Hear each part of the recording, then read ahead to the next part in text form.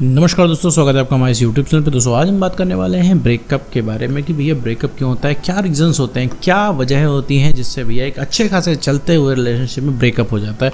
और ब्रेकअप हो जाने के बाद जो इंसान सबसे ज़्यादा सगा था, सबसे ज़्यादा आप जिसको चाहते थे, सबसे ज़्यादा इसको मानते थे, वही सबसे बड़े दुख का कारण आपका बन चुका है।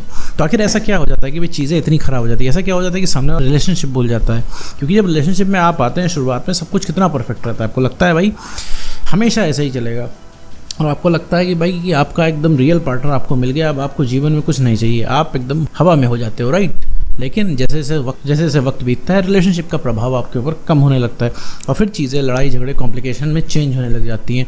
तो ऐसे केस में सेम पार्टनर से आपको दिक्कत होने लग जाती है, सामने वाला फिर उतनी अटेंशन नहीं देता है, उतना आपको भाव नहीं देता, उतना और तवज्जो नहीं देता, और ब्रेकअप हो जाता है। तो ब्रेकअप क्यों होता है आज के इस वीडियो में हम डिस्कस करने वाले हैं। तो चलिए बिना वक्त गवाए इस वीडियो को शुरू करते हैं। देखो मेरे दोस्त, जैसे कि मैं अपने सारे वीडियो में बताता हूँ कि ब्रेकअप होने का एक सबसे बड़ा मुख्य रीज़न है, वो है सेल्फ रिस्पेक्ट का खत्म हो जाना। सबसे मेन रीज़न यही है कि जब आपकी सेल्फ रिस्पेक्ट खत्म हो जाती है तो ब्रेकअप हो जाता है, सामने वाला आपको छोड़ के चला जाता है। लेकिन यहाँ इसके बाद में और मैं यहाँ पे आपको 4 रीज़न बताने वाला हूँ जो अधिकतम केस में रिस्पॉन्सिबल होते हैं ब्रेकअप के। तो क्या 4 स्टेप आगे डिस्कस करते हैं इस वीडियो में। स्टेप नंबर 1, ट्रस्ट की कमी होना। मेरे दोस्त, ट्रस्ट बहुत ज़रूरी चीज़ है एक रिलेशनशिप में। ट्रस्ट नींव है किसी रिलेशनशिप की, और अगर ट्रस्ट नहीं है तो मेरे दोस्त रिलेशनशिप में आप नहीं रह सकते। क्योंकि जिस दिन ट्रस्ट खत्म हो जाएगा उस दिन से लड़ाइयाँ शुरू हो जाएंगी, क्योंकि आपको पूरे टाइम लगता रहेगा कि भैया कहीं वो इंसान किसी तीसरे से बात नहीं कर रहा है, कहीं तीसरे से इन्वॉल्व होने का प्लान तो नहीं बना रहा है, कहीं हमसे वो ब्रेकअप तो नहीं कर लेगा, कहीं हमको छोड़ के तो नहीं जाएगा, उसने कल मुझसे रूडली बात कर ली थी, कहीं उसके मन में कुछ और तो नहीं चल रहा है, वो क्या कर रहा है, वो क्या सोचता है, वो क्या सोचती है। इसी सब में आपका दिमाग लगा रहता है, जो कि आपको धीरे धीरे प्रमोट करता है ब्रेकअप की तरफ। धीरे धीरे आप इतना डिपेंडेंट हो जाते हो, आप इतना चेंज हो जाते हो कि आपको खुद ही पता नहीं चलता। अभी आप थोड़ा सा दिमाग पे जोर डालिए और सोचिए कि क्या आप वही इंसान है जो रिलेशनशिप के शुरुआत में थे? नहीं मेरे दोस्त, आप रिलेशनशिप के शुरुआत में एक डिफरेंट पर्सनैलिटी था। अभी जो आप हैं वो एकदम डिफरेंट पर्सनैलिटी है, एकदम डिफरेंट। आप पहले वाले से एकदम अलग हैं, क्योंकि अब आप बहुत ज़्यादा डिपेंडेंट हैं, बहुत ज़्यादा इमोशनल हैं, बहुत ज़्यादा नीडी हैं। तो इमोशनल होना, डिपेंडेंट होना, नीडी होना, ये सब रिलेशनशिप के दुश्मन हैं मेरे दोस्त। एक्चुअली में जो आप सोचते हैं उसका रियलिटी से कोई लेना देना नहीं है। आपका पार्टनर तो बढ़िया मज़े में अपने ऑफिस में है, अपने स्कूल में है, अपने घर में, लेकिन आप यहाँ पे इनसिक्योर होते रहते हो कि एक्चुअली में वो कर क्या रहा होगा। तो मेरे दोस्त, ट्रस्ट की कमी अगर आपके रिलेशनशिप में आ गई है तो ये ब्रेकअप को प्रमोट करती है। ट्रस्ट की कमी है तो इससे लड़ाई झगड़े होंगे, अननेसेसरी सवाल जवाब होंगे, जिससे आपकी सेल्फ रिस्पेक्ट गिरेगी और सामने वाला आपसे इरिटेट होता जाएगा। प्यार के नाम पे उसे लगेगा अब आप टॉर्चर कर रहे हो। आपके साथ भी ये सारी चीज़ें होंगी तो आप भी ब्रेकअप करके चल दोगे। नहीं, आप कहोगे नहीं सर हम ब्रेकअप करके नहीं जाएंगे, हमसे वो दिन रात सवाल पूछे हमारा पार्टनर। तो ऐसा नहीं है मेरे दोस्त, आप ऐसा इसलिए कह रहे हो क्योंकि अभी आपका पार्टनर हासिल नहीं है। आप वीडियो देख रहे हो, जाहिर सी बात है, इसका मतलब दिक्कत आपको है। आपसे किसी ने ब्रेकअप किया तो आप प्यार की वैल्यू समझ रहे हो, इसीलिए आपको लग रहा है कि आप इसी तरह से हमेशा करोगे, हमेशा आप सवाल के जवाब दोगे अपने एक्स पार्टनर के। तो ऐसा नहीं है मेरे दोस्त। जिस दिन से उसने आपसे अननेसेसरी सवाल जवाब पूछने शुरू किए, लगातार 10-12 दिन 15 दिन, आप धीरे धीरे स्लोली चाहते ना चाहते भी इरिटेट होने लग जाओगे और 3-4 महीने में ब्रेकअप कर लोगे। तो लैक ऑफ ट्रस्ट यानी ट्रस्ट की कमी एक बहुत बड़ा रीज़न है ब्रेकअप का। साथ ही बढ़ते हैं पॉइंट नंबर 2 की तरफ, जो कि है बहुत ज़्यादा इन्वॉल्व होना। रिलेशनशिप में आने के बाद मेरे दोस्त हम लोग भूल जाते हैं कि रिलेशनशिप भी एक पार्ट है हमारी ज़िंदगी का, पूरी ज़िंदगी नहीं है। जैसे कि हमारी जॉब है, हॉबी है, स्टडी है, ये सब एक पार्ट है लाइफ। वैसे रिलेशनशिप भी हमारे जीवन का एक पार्ट है। और बहुत ज़्यादा इन्वॉल्व होने से हमें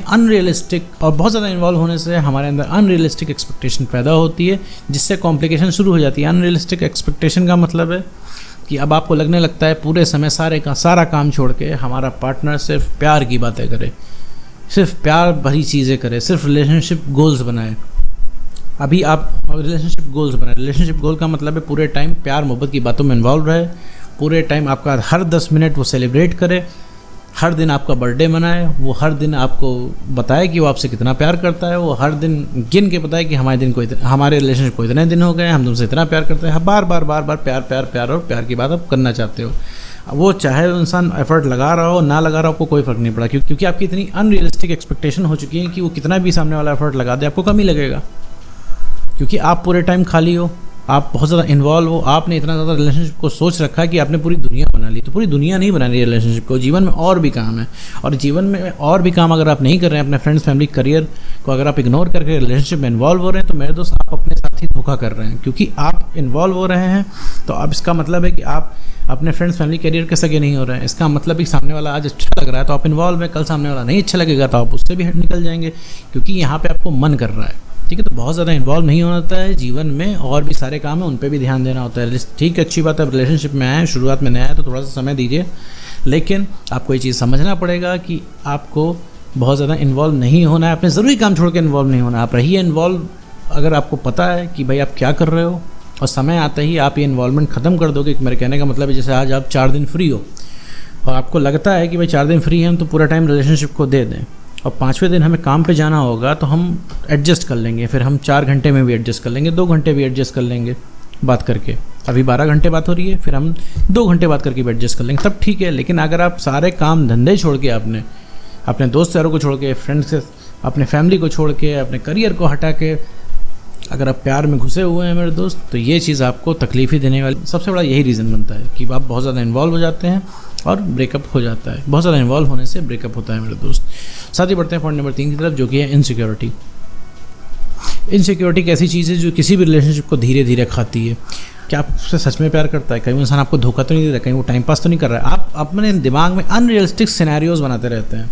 कहने का मतलब है कुछ भी सोच लेंगे।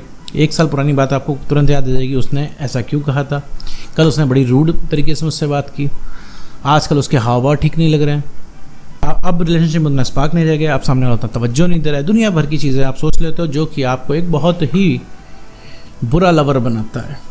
ठीक, आपको लग रहा है आप सही कर रहे हो, लेकिन रियलिस्टिकली आप सही नहीं करते हो, क्योंकि आपकी इनसिक्योरिटी की वजह से आपका रिलेशनशिप खराब हो रहा है। आप सामने वाले को देख ही नहीं पाते हो, आप इतने सेल्फिश हो जाते हो इनसिक्योरिटी के चक्कर में कि सामने वाले को कैसा लग रहा है, सामने वाला क्या सोच रहा है, सामने वाले की क्या एक्सपेक्टेशन है, ये सब भी आप सोच नहीं पाते हो। आप सिर्फ इनसिक्योरिटी में लगे रहते हो कि सामने वाला अगर 2 घंटे फ़ोन नहीं उठा रहा है तो आखिर 2 घंटे में वो कर क्या रहा है। आपको तो आपका माइंड यही सारे सिनेरियोज बनाता है कि भैया वो किसी और के साथ डेट पे गया होगा, आपको इग्नोर कर रहा होगा, वो कहीं और इन्वॉल्व होगा, आपके बिना उसको मज़ा आने लगा है, अब वो वैल्यू आपकी उसके जीवन में नहीं रह गई है। ये सब दुनिया भर की बातें सोच के आप अपना दिमाग सुझा लेते हो, और जैसे वो इंसान अवेलेबल होता है आपका पार्टनर, उसके पीछे पड़ने लग जाते हो कि भैया कि तुम कहाँ थे 2 घंटे। अब अच्छे से बात, अब जहाँ पे अच्छे से बात होनी थी उसके अवेलेबल होने के बाद अब चीज़ झगड़े में बदल जाएगी।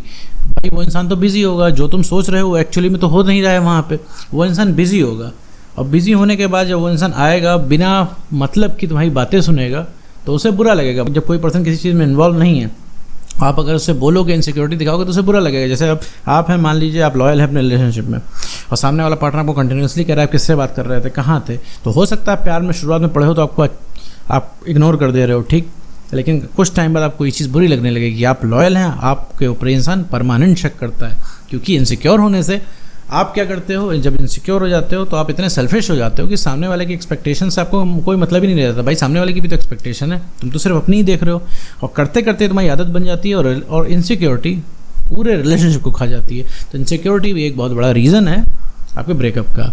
साथ ही बढ़ते हैं लास्ट एवं चौथे पॉइंट की तरफ, जो कि बहुत ज़्यादा कॉमन है। साथ ही बढ़ते हैं आखिरी एवं पॉइंट नंबर 4 की तरफ, जो कि बहुत ज़्यादा कॉमन है। अगर आप अकेले हैं और सिर्फ रिलेशनशिप में इसलिए आते हैं जब आप अकेले हो, तो सबसे बड़ा रीज़न बनता है ये ब्रेकअप का। क्योंकि भाई जब आप अपने आप को लोनली महसूस कर रहे होते हो, अकेला महसूस कर रहे होते हो, तो आपको लगता है कि भाई कोई होना चाहिए। तो हम में से बहुत सारे लोग ये मिस्टेक करते हैं, क्योंकि हमें कोई ना कोई चाहिए होता है प्यार करने के लिए, ट्रस्ट करने के लिए, और जब हमारा हनीमून फेज़ ओवर होता है तो यही रिलेशनशिप हमें काटने को दौड़ता है। भाई अभी हम मान लो अकेला, जैसे मान लीजिए आप किसी कॉलेज में गए, ठीक है, अभी स्कूल में थे, इसके बाद आप कॉलेज में चले गए और आप वहाँ पे बहुत अकेला महसूस कर रहे हो, आपके कोई इतने फ्रेंड नहीं है, आपको लग रहा है भाई कोई तो होना चाहिए। आपने क्या किया, आप किसी के साथ रिलेशनशिप में आ गए। तो शुरुआत में भाई रिलेशनशिप में बहुत मज़ा आएगा, क्योंकि आप दोनों एक दूसरे को जानते नहीं होंगे, एक दूसरे को धीरे धीरे जानेंगे, इन्वॉल्व होंगे। इसके बाद जब हनीमून फेज़ खत्म होगा, हनीमून फेज़ का मतलब रिलेशनशिप के शुरुआत के दौर को हनीमून फेज़ कहते हैं, शुरुआत के 2-3 महीने, 4 महीने, 6 महीने। इसके बाद जब वो नशा उतरेगा आपका प्यार का, 5-6 महीने बाद जब हनीमून फेज़ ओवर होगा, तब आपको यही रिलेशनशिप काटने को दौड़ेगा।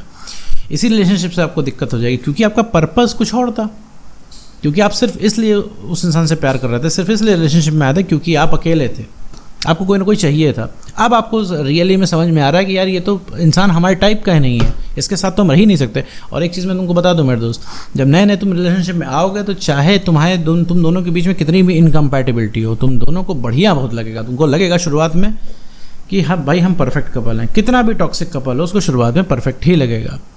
और फिर जब इसके बाद हनीमून फेज़ खत्म होता है, इसके बाद सारी सच्चाई सामने आने लग जाती है, तो वो इंसान तुम्हें ज़रा सा भी अच्छा नहीं लगता है। तुमको लगता है भाई क्या सोच के क्या सोच के इस इंसान के साथ रिलेशनशिप में आ गए थे, और फिर इसके बाद तुम सोचोगे क्या सोच के रिलेशनशिप में आ गए थे, और फिर धीरे धीरे इस चीज़ का स्पार्क खत्म हो जाएगा। जब स्पार्क खत्म हो जाएगा मेरे दोस्त तो ब्रेकअप हो जाएगा। तो मेरे दोस्त ये 4 मुख्य कारण थे इनकी वजह से ब्रेकअप होता है। तो उम्मीद करता हूँ आपको ये वीडियो समझ में आएगा। तो आज की वीडियो में बस इतना ही।